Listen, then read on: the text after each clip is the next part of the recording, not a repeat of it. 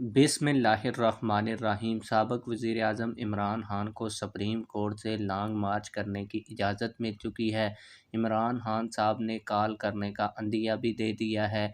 इसके अलावा राना सनाउल्लाह और इस्लामाबाद की इंतज़ामिया को भी सुप्रीम कोर्ट की जानिब से बड़ा हुक्म जारी कर दिया गया है।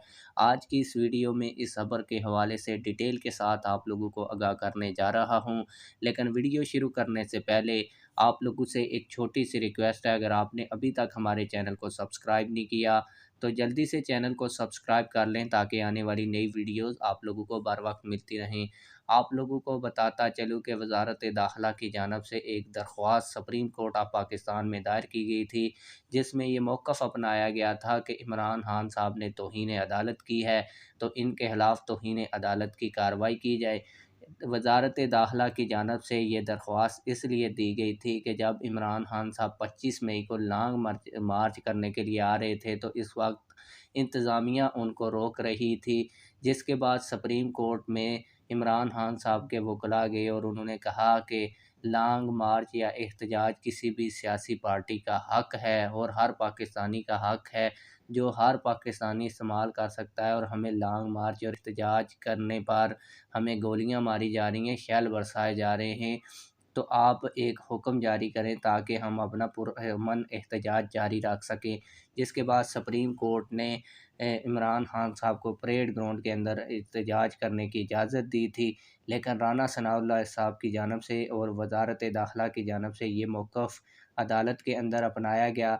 अटारनी जनरल ने अदालत को बताया कि आपने हुक्म दिया था कि इमरान खान साहब पुरअमन तरीके से परेड ग्राउंड के अंदर अपना एहतजाज जारी रखें, लेकिन इमरान खान साहब ने आपके हुक्म के बावजूद भी परेड ग्राउंड में नहीं बल्कि कारकुनान को डी चौक में इकट्ठा किया था। और अटारनी जनरल ने सुप्रीम कोर्ट ऑफ पाकिस्तान को ये भी बताया कि जो इंतज़ामिया थी, जो पुलिस थी और रेंजर थी, जो हमने लॉन्ग मार्च को रोकने के लिए लगा रखी थी, हमने उसको भी रेड जोन तक महदूद कर दिया था आपके हुक्म के बाद।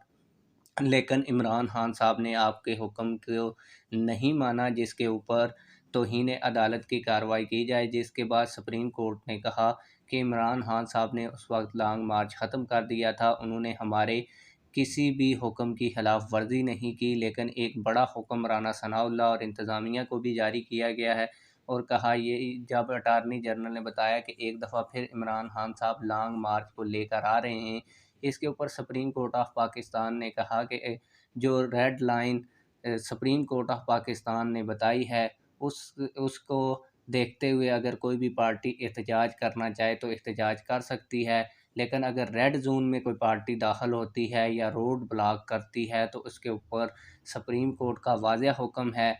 और आपको चाहिए कि ऐसे जत्थों के निपटने के लिए इंतज़ामिया मुकम्मल तैयारी करे, और अगर हमें छुट्टी वाले दिन भी ऐसे मामलात को देखने के लिए इंटरवीन करना पड़ा तो हम इंटरवीन करेंगे। तो आप लोगों को बताता चलूँ कि जो राना सनाउल्लाह समझ रहे थे कि इमरान खान साहब के ऊपर तौहीन अदालत की कार्रवाई की जाएगी, वो कार्रवाई तो नहीं हुई। मज़ीद समाअत के लिए 26 अक्टूबर तक के लिए इसके समाअत को 26 अक्टूबर तक के लिए मुलतवी कर दिया गया है। और आप लोगों को बताता चलूँ कि आज इमरान खान ने सरगोदा में यूनिवर्सिटी के तलबा से ख़िताब करते हुए भी ये कह दिया है कि वो चंद दिनों के अंदर लॉन्ग मार्च का ऐलान करने जा रहे हैं। आप लोगों की इस हवाले से क्या राय है, कमेंट सेक्शन में अपनी राय का ज़रूर इज़हार कीजिए। मिलते हैं किसी और वीडियो में।